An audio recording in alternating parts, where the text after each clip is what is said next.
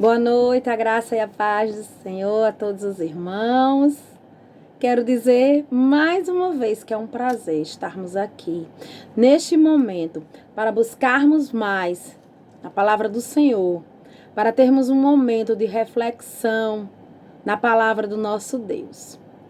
A palavra de hoje se encontra no livro de Jonas, capítulo 3, do versículo 1 ao versículo 10. Façamos a leitura.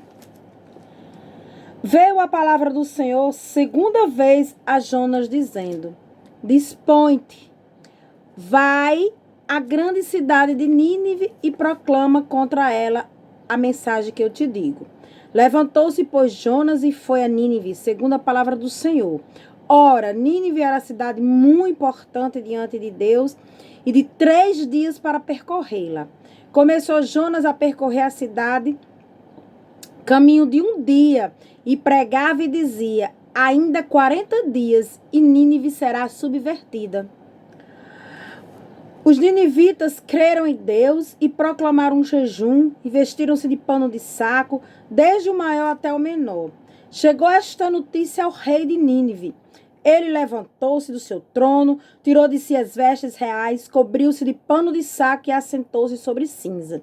E fez proclamar e divulgar em Nínive, por mandamento do rei e seus grandes: nenhum homem, nem animal, nem boi, nem ovelha, provem coisa alguma, nem os levem ao pasto, nem bebam água, mas sejam cobertos de panos de saco, tanto homem como animal, e clamarão fortemente a Deus, e se converterão, cada um de seu mau caminho e da violência que há nas suas mãos.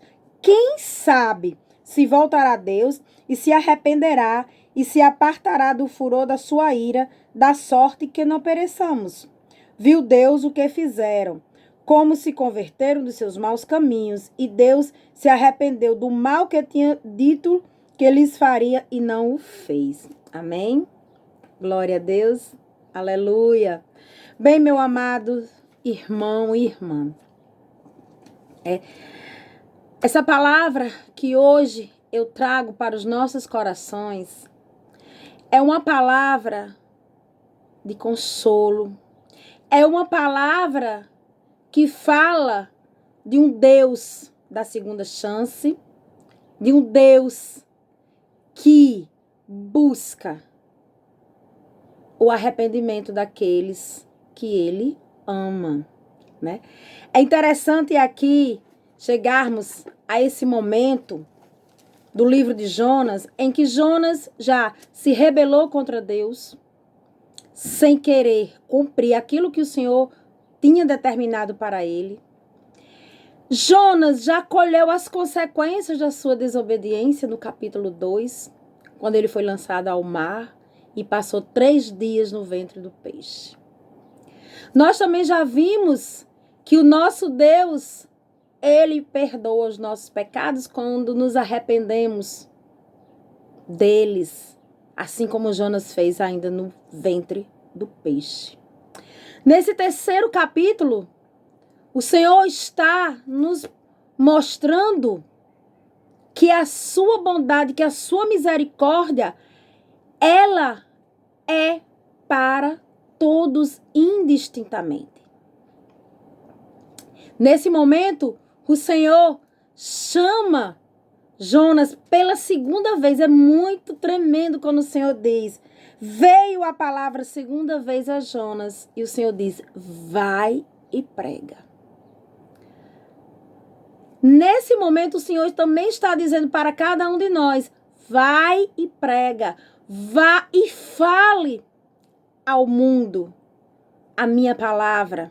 Fale sobre o meu amor. Fale sobre a minha misericórdia. Fale sobre a minha graça. A graça que um dia alcançou você e eu. Porque nós éramos perdidos, pecadores. E jazíamos nesse mundo escuro.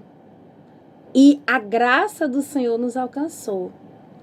Então, do mesmo jeito que o Senhor chamou Jonas a ir para a cidade de Nínive pregar, o Senhor também nos chama. Nos chama a sermos mensageiros da sua palavra, assim como Jonas o foi. E o que eu acho mais tremendo nessa passagem, no 3º capítulo de Jonas, é porque o Senhor está nos mostrando um povo pecador ao extremo, um povo violento, um povo que não conhecia o Senhor, pagão, que adoravam deuses estranhos. Mas a misericórdia do Senhor se voltou para esse povo perdido. Assim como o Senhor hoje também diz, a minha misericórdia está para aqueles que estão perdidos nesse mundo.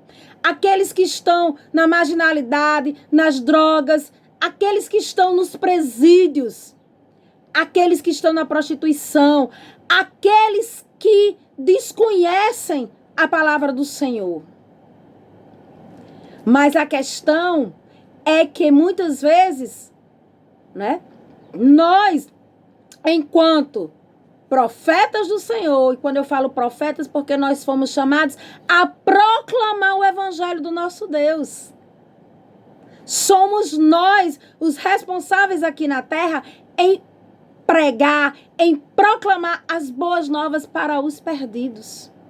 Só que muitas vezes nós não cumprimos o chamado do nosso Deus nas nossas vidas ou para as nossas vidas. E assim como Jonas, nós relutamos. Relutamos em cumprir o chamado do Senhor nas nossas vidas. Por motivos diversos, nós achamos que não devemos cumprir esse mandamento. Seja porque não acreditamos termos capacidade para isso, seja porque, assim como Jonas, nós achamos que para aquelas pessoas não há salvação. Mas o Senhor está dizendo hoje, para mim e para você, há salvação para todo e qualquer perdido. Assim ele venha a se arrepender. E foi do mesmo jeito aqui com Nínive.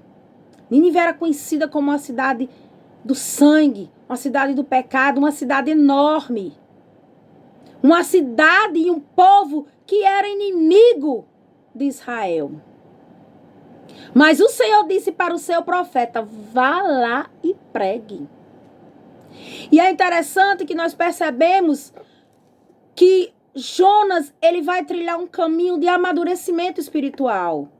Jonas, no 3º capítulo, ele não é mais aquele Jonas desobediente ou insubmisso. Mas, até que ponto o coração de Jonas foi verdadeiramente convertido ao propósito e à vontade do nosso Deus? Jonas sabia que não podia fugir do chamado. Ele tinha convicção naquele momento que ele tinha que ir pregar. Pregar para aquele povo. E é interessante que Jonas entra na cidade, né? Percorre a cidade, uma cidade de grande extensão, tanto é que ele leva, né, 3 dias para percorrê-la. E a pregação dele é uma pregação muito objetiva, muito simples, muito sintética. Ele diz, ainda 40 dias, né? Se vocês não se arrependerem, Nínive será destruída, subvertida. Uma pregação pequena. E eu acredito aqui que destituída de todo e qualquer interesse ou vontade do pregador. Ele aqui levou realmente, essencialmente, a palavra que o Senhor queria que ele pregasse para aquele povo. E qual foi a surpresa para Jonas quando esse povo se arrependeu? Essa mesma surpresa, muitas vezes, nós nos deparamos quando vemos a conversão, o arrependimento de pessoas que aos meus olhos e aos seus olhos estavam totalmente perdidas. E aqui o Senhor nos dá um retrato muito grande e muito preciso do quanto a misericórdia dele está para qualquer um que busque e que queira. É quando ele fala do rei de Nínive. Meus amados irmãos, esse homem, para a sua época, era um dos homens, eu posso até dizer, o homem mais importante desse mundo antigo. Esse homem, ele se arrependeu e ele não se hesitou em se humilhar perante o nosso Deus, quando a palavra do Senhor diz que ele cobriu-se de pano de saco e assentou-se sobre cinza. No mundo antigo, vestir-se de saco de pano era sinônimo de grande calamidade e de luto. Aquele homem, por mais poderoso que ele fosse para a sua época, ele se arrependeu. Ele ouviu a palavra, ele ouviu a pregação de Jonas e ele se arrependeu. E olhe que coisa tremenda quando ele diz: quem sabe se voltará a Deus e se arrependerá e se apartará o furor da sua ira, de sorte que não pereçamos. Olha só, que declaração tremenda. Uma declaração de temor, de respeito para com um Deus grande. Que coisa maravilhosa.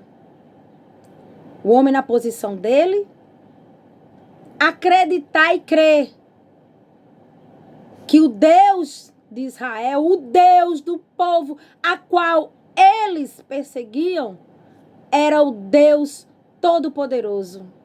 Ele creu que se não houvesse arrependimento, Nínive seria destruída. E assim, ele proclamou um jejum para o seu povo. Olhe só. Quando o Senhor toca o coração de uma pessoa, o quão transformada ela pode ser. O quão transformada ela pode viver. Então, meu amado, minha amada irmã, o Senhor também nos chama a termos essa postura de pregarmos esse evangelho maravilhoso. Mesmo quando muitas vezes eu não concordo, eu não acredite que aquela pessoa, que aquele grupo é digno da misericórdia do nosso Deus. E eu falo isso porque nós somos humanos, somos pecadores e não somos diferentes de Jonas.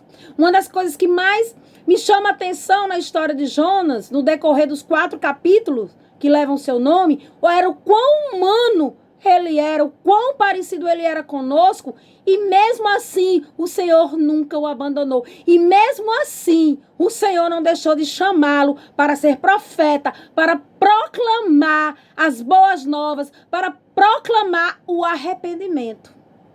Isso é algo que eu acho tremendo e maravilhoso na história de Jonas. Ele era tão humano quanto eu, tão falho quanto eu e você. Mas o Senhor nunca desistiu de Jonas. Assim como ele também nunca vai desistir de você ou de mim. Que coisa maravilhosa. Mas do mesmo jeito que o Senhor nunca vai desistir de você e de mim, ele também não desiste daqueles que estão perecendo no mundo.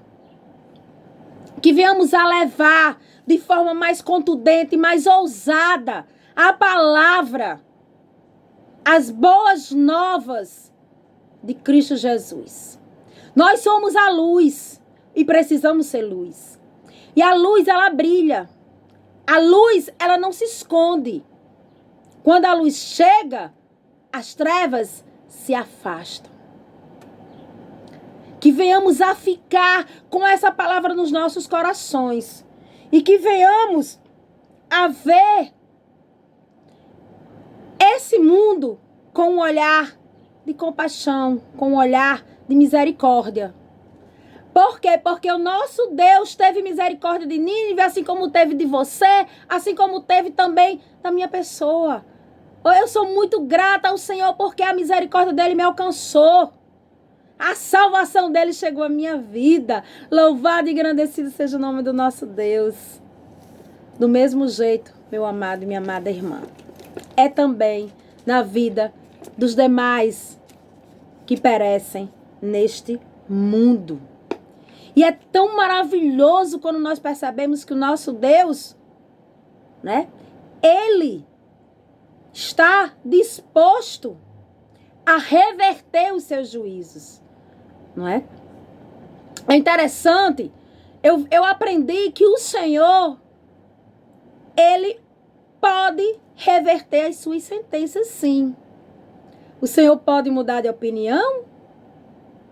Eu não diria que é bem de opinião, mas toda a sentença que o Senhor propaga, ela tem um condicionante. Ele está disposto a reverter o juízo dele, porque o juízo dele é para a nossa correção, e não para que venhamos a perecer, porque o nosso Deus, Ele é um Deus misericordioso. Então, do mesmo jeito, meu amado e minha amada irmã, que o Senhor deu uma segunda chance para Jonas, Ele também dá para cada um de nós, né? E é interessante isso, eu acho que é algo que eu acho tremendo. É dizer que o Senhor se arrepende? Não. As circunstâncias, elas mudam, né? Por quê? Porque o Senhor, Ele está com os seus ouvidos inclinados para ouvir o meu e o seu clamor.